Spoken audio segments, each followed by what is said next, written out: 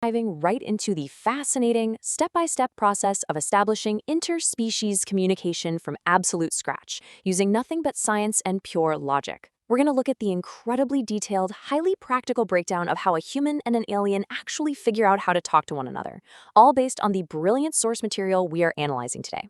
Let's get right into it. I want you to really think about this for a second. Imagine waking up to an alien tapping on your wall, but they don't speak anything even remotely resembling a human language. Instead, they communicate entirely in musical chords. There's no Rosetta Stone here, no magic universal translator badge you can just pin to your shirt. It's just a clear wall between you and a completely alien life form. How do you even begin to bridge that kind of monumental gap? Seriously, what is step one? Well, you know how this interspecies interaction actually starts? It starts playfully.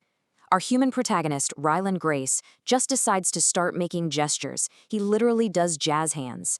And the alien, who Grace nicknames Rocky, mimics the gesture right back and pairs it with a musical chord. This proves something absolutely vital. Establishing a shared baseline takes patience, a lot of trial and error, and yes, a willingness to look a little silly.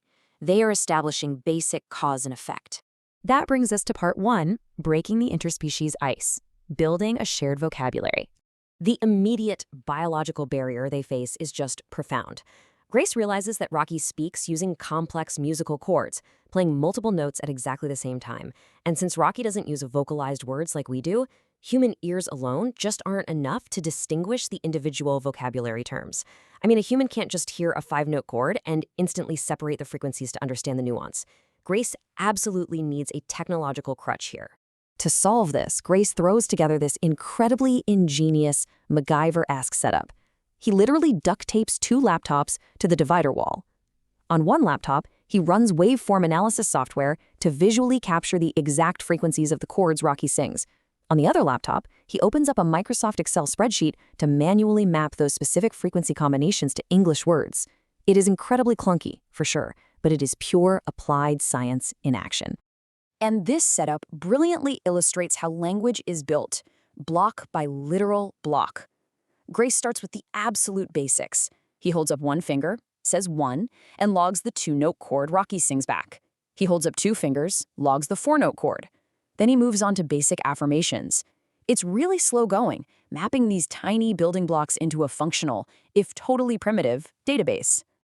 Now, obviously, it's not totally smooth sailing. There are some hilarious hurdles along the way. At one point, there's an early mix-up over the chords for yes and no. Grace gets totally confused by a new chord, and Rocky gets so incredibly frustrated he actually balls his fists up. Grace even calls it an interspecies Abbott and Costello routine. It's a great reminder that even with the absolute best scientific methodology, miscommunication is a very real, very frustrating part of the whole process. Moving right along to part 2, bridging the gap, translating biology and culture. The crucial point to take away here is the sheer contrast between their minds. While Grace is spending hours writing rudimentary programming scripts to automate his Excel translation, Rocky isn't taking any notes at all, none. Rocky has what we would basically call a photographic memory for sound.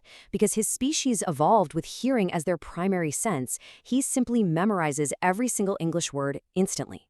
Human evolution was a bit messy by comparison, which is exactly why we have to rely on our duct-taped computers.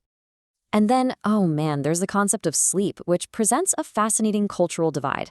To an Iridian like Rocky, the way humans sleep is downright terrifying. We casually fall unconscious, completely alone, hallucinate for hours, and just hope for the best. To Rocky, whose species culturally and biologically requires someone to actively watch over them while they rest to ensure their safety, this human habit is totally bizarre. Let's dive into part 3, math, the universal translator in zero gravity. Okay, this sets up a genuinely fantastic scientific puzzle. Rocky gives Grace a solid metal ball and tells him its mass is 26. But 26 what exactly? Without gravity, you can't just put the ball on a scale to find out its weight. Mass and weight are different things, and in zero gravity, weight is literally 0. So how on earth do you find the mass of this mysterious object to establish a baseline metric? So Grace tackles this with a completely brilliant, practical experiment.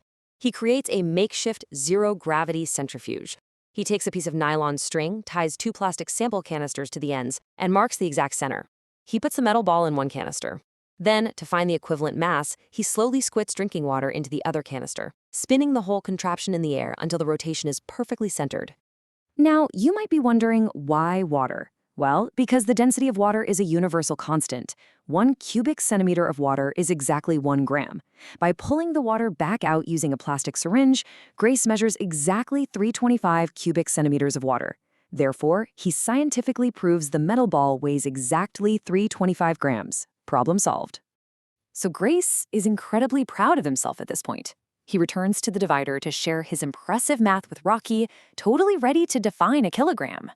But Rocky just points to a beaded necklace he made earlier, a necklace representing an atom, and he simply repeats the number 26. And then, boom, it hits Grace like an absolute ton of bricks. Element 26. Iron. The entire zero-gravity water centrifuge experiment was completely unnecessary. Rocky wasn't giving him a unit of mass at all. He was just telling him the atomic number of the material the ball was made of. It is such a hilarious and humbling moment for our human scientist, showing that sometimes the universal language of math is so much simpler than we make it out to be. And that leads us right into Part 4, Translating Tragedy, the Emotional Climax. Remember how we established a minute ago that Iridians absolutely need to be watched while they're sleeping? Well, Grace finally asks the logical question. If Rocky needs to be watched, why doesn't another Iridian crew member from his massive ship just come over and watch him sleep, instead of relying on the human? Rocky's translated response completely changes everything. The computer translates, original crew was 23, now is only me. But it's not just the words. Grace notices an octave drop in Rocky's quartz. Even across species, dropping an octave is a universal biological marker of sadness and deep emotion. Rocky is revealing the devastating, heartbreaking truth that his entire crew died on their journey. Upon hearing this, Grace shares his own identical tragedy. He replies, "My original crew was 3. Now it's just me." In this quiet, incredibly heavy moment, a powerful bond of shared grief is forged. They aren't just an alien and a human studying each other through a wall anymore. They are 2 sole survivors of doomed missions, floating entirely alone in the vastness of space. Understanding that they are no longer truly alone out there, we get this ultimate act of trust. Rocky asks Grace to watch him sleep. He relaxes his many limbs, floating freely in his compartment like a dead bug, finally finding comfort, safety, and a real sense of belonging in the observation of his new human friend. So as we wrap up this explainer, I want to leave you with this thought. We have seen how Excel spreadsheets, musical frequencies, and water density can bridge the intellectual gap between 2 vastly different species. Science and math can absolutely bridge our minds. But when it really comes down to it, what is it that truly connects us when we are billions of miles from home? Is it the math, or is it the shared experience of loss and the desperate universal need for a friend?